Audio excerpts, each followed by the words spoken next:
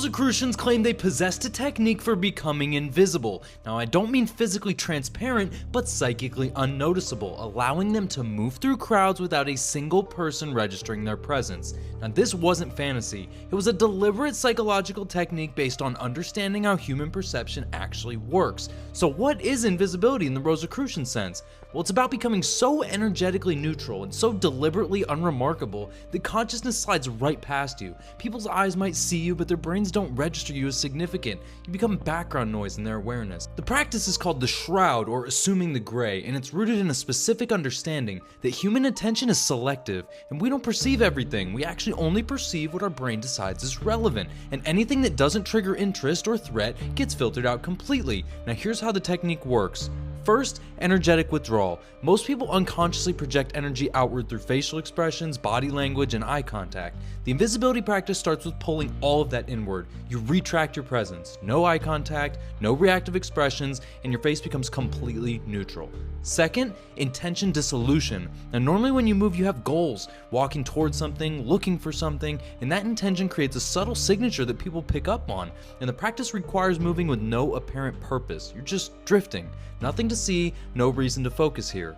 Third, mirroring the background. You don't just become neutral, you match the energy of your environment. Now, in a crowd, that means you absorb the crowd's rhythm. In a quiet space, you embody stillness. You become energetic camouflage, reflecting back what's already there so that there's no contrast to catch attention.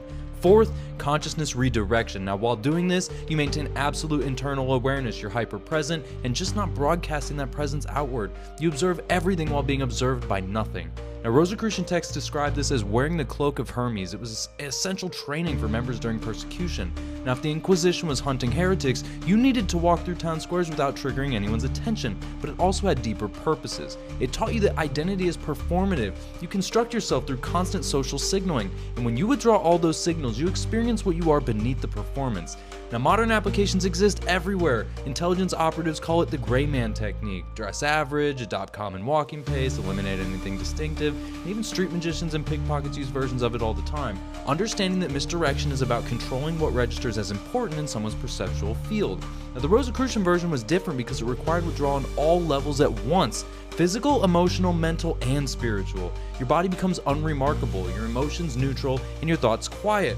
Your spiritual presence retracts completely. Now, the test of mastery was walking through a crowded festival and having not a single person remember seeing you afterward. Not because you were hiding, but because you gave their consciousness nothing to grab onto.